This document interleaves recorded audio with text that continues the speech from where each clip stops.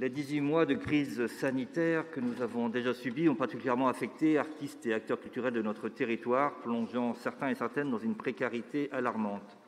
Heureusement, la solidarité dans le secteur culturel rennais a permis de préserver l'essentiel, les outils de travail bien entendu, mais aussi la créativité des artistes, le savoir-faire des acteurs et l'engagement de toutes et tous à ne jamais renoncer à faire humanité ensemble par le partage des cultures et de l'art.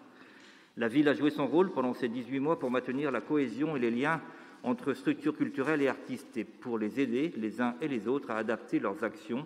au contexte de mesures exceptionnelles de protection sanitaire. Le dispositif des plateaux solidaires mis en place par la direction de la culture en concertation avec les acteurs rennais a notamment permis aux lieux de diffusion artistique d'accueillir de nombreuses équipes en résidence alors que les lieux étaient fermés au public.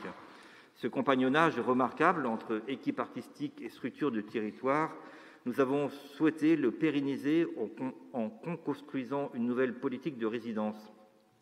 L'appel à candidature pour la provision résidence de création s'est adressé cette année aux structures culturelles. Elle devait proposer l'accueil en résidence d'une équipe artistique émergente en priorisant celle issue du territoire et s'engager à accompagner la diffusion de l'œuvre créée sur la durée.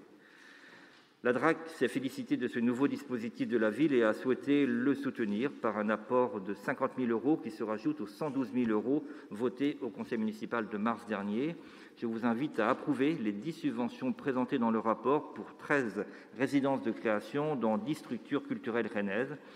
conformément à notre engagement à faire progresser la place des femmes dans la culture et à afficher nos résultats. Je vous informe que 46% des projets soutenus dans cette délibération sont portés par des femmes, 39% par des hommes et 15% par des équipes mixtes.